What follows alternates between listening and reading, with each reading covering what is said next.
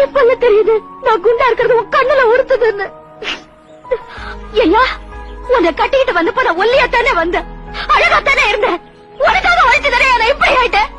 ஒல்லியாத்தான் வேணும்னு எனக்கு ஆரம்பத்திலேயே சொல்லிருக்கலாம்ல. இந்த சக்காலத்தை சிரிக்க செய்யற மாதிரி அத்தியாயத்தெல்லாம் செய்து நானும் மிரிக்கிருப்பேன்ல. என்ன பண்ணுவேன், என் உடல் வாங்க அப்படி.